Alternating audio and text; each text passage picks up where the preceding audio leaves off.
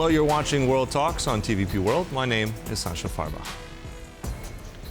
The Trump-Putin summit in Anchorage ended after nearly 3 hours with no ceasefire and no deal on Ukraine. Now, both leaders made brief statements but took no questions, leaving uncertainty over what was achieved. Now, Trump spoke of great progress, yet critics see vagueness and a dent in his dealmaker image, while Putin gained the global spotlight with little movement toward peace. To help us assess the implications for Ukraine and the West, we're joined now by Roland Freudenstein of the Brussels Freedom Hub. Hi there, Roland. Good to have you back on TVP World. Good morning, Sasha. Thanks for having me. So let's start off with first impressions. I mean, what does it tell us here? I mean, nearly 3 hours of just talks. There was no deal. We don't have anything closer to what could be conceived as a ceasefire, not even a Q&A session. What do you make of this? I mean, this was a major failure. Was it something else? Tell us your first impressions. Well, it would be tempting to consider it a so-called big nothing burger, as the Americans say, but I'm afraid it's a little bit more complicated than that. But the most important thing, both for Ukrainians and for Europeans, for other Europeans, is that there is a gigantic sigh of relief that Trump and Putin didn't come up with a ready-made deal that then they would have to accept. So I think that's the most important immediate result. But as you said, what was agreed and what wasn't agreed remains so murky that we have to wait at least for the briefings that Trump will make to President Zelensky and, of course, to his European colleagues in Britain and the EU. Mm-hmm. Also, what I want to follow up on here, we're seeing it now. I mean, there was a lot of pageantry here. I mean, we had the red carpet, we had this flyover, we had President Putin pretty much now back in from the cold. I mean, this is something especially the Europeans have achieved on not having this one. This was a pariah. Now he's there walking and shaking hands with the American president. What do you make of the symbolism here? I mean, this is very much a win for Putin. Is it a win for Trump? How do you make of the optics of all this? No, it's a win for Putin, that's clear. And again, he made numerous references to, Alaska being America, but not quite America, because it used to be Russian, and, stuff like this. All this is a huge victory for Putin. And as you said, the most important thing is that he broke through the isolation that the West had managed to erect around him. For Trump, it's of course being celebrated by the American MAGA movement and MAGA media like Fox News as a big victory because progress was made, allegedly. But you see, in reality, I'm not so sure. Americans, even before the summit, were very skeptical about any positive results. And I think that these skeptics have been corroborated. But Trump himself is, of course, celebrating this and saying that we made great progress. Well, we all want to know where that progress was made. But the winner here is Vladimir Putin, not just because of the optics, but also because he clearly, again, for the umpteenth time, avoided clear secondary sanctions against Russia. We now have another deadline, 2 or 3 weeks maybe, set by Trump, and we don't know what the heck that means. Yeah, I want to follow up on that because, as you said, there were no secondary sanctions. He's warned in the past of severe repercussions. That didn't become anything at all. So how much of this is actually starting to dent potentially now Trump's own credibility as a deal maker, as an enforcer of any of this, because he keeps changing his mind? Absolutely. Absolutely. I mean, in the language of America's Democrats, it's the taco president, TACO. Trump always chickens out. Again, he had set a deadline and threatened sanctions, and now he didn't come come on with that. So I think it really seriously dents Trump's image as a deal maker. But, I mean,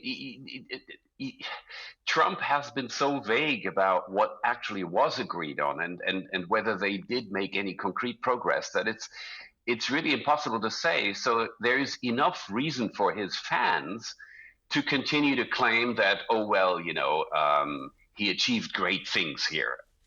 He discovered many a much common ground between Russia and the US and so on. So it's all murky. But I think overall, in a global perspective, yes, his image as a deal maker has suffered. Also something that we're talking about murkiness, but we got some sort of, let's say, more clarity. I mean, Trump was on Fox News right after. He made some statements there, and one I want to get your view on. He said here that we need to make a deal. Russia is a great power, and Ukraine is not. So with this now, also the absence of President Zelensky, you're saying there was a sigh of relief in Kiev, but when you have a statement like that from Donald Trump, I mean, that must be concerning folks in Europe and in Kiev. No, I really think that this is nothing new. Ever since Donald Trump entered American and world politics, he's been following this dog eat dog, the stronger beats the weaker kind of philosophy. That's his view on life. And he has, on numerous occasions, not least the Oval Office spat on 28th of February, he has made it clear that he considers Ukraine the weaker partner. And the very fact that Ukraine wasn't invited to this summit and many, many, many other examples can be quoted where we see how Trump ticks.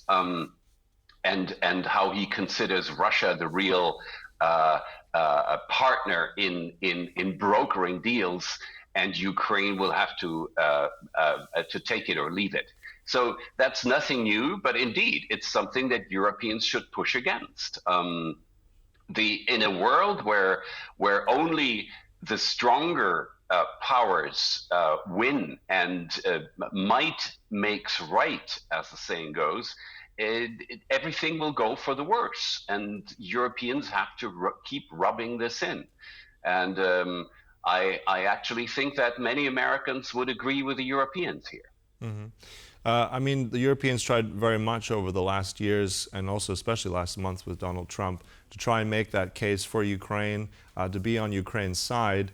Now, there was a rushed meeting before the summit, but then the last call apparently that Trump took was with Lukashenko right before the summit itself. So what is Europe's reaction now? What do you make of what they're supposed to do next? There will be consultation calls, briefings, as you said, but what realistically can the Europeans do at this point? Well, they can get their act together in supporting Ukraine militarily, probably buying weapons in the US and delivering them to the Ukrainians, but also greatly supporting Ukrainian arms production, not just drones, artillery pieces and others, where the Ukrainians have managed to replace imports by their own homemade products. And I think there is a lot that the Europeans can do, actually should have done a long time ago, to demonstrate to the Americans that, look, Europe is ready and a coalition of the willing is ready to help Ukraine where the United States doesn't want to or cannot.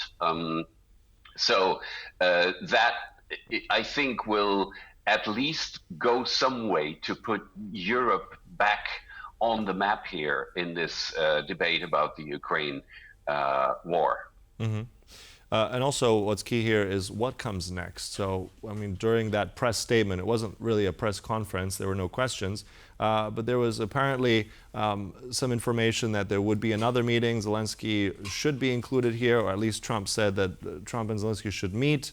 Putin mentioned also that he'd like to have Putin in Moscow. So what do you think here is realistic? How much of those just statements, what could potentially now happen next to all this? Sasha, it's really too early to say. Um, I think what is very unlikely is a trilateral meeting or bilateral direct negotiations between Putin and Zelensky. So, and I think Putin's famous remark in English saying, next time in Moscow, it gives away already the fact that Putin doesn't want to meet with Zelensky. I mean, Zelensky is not going to go to Moscow.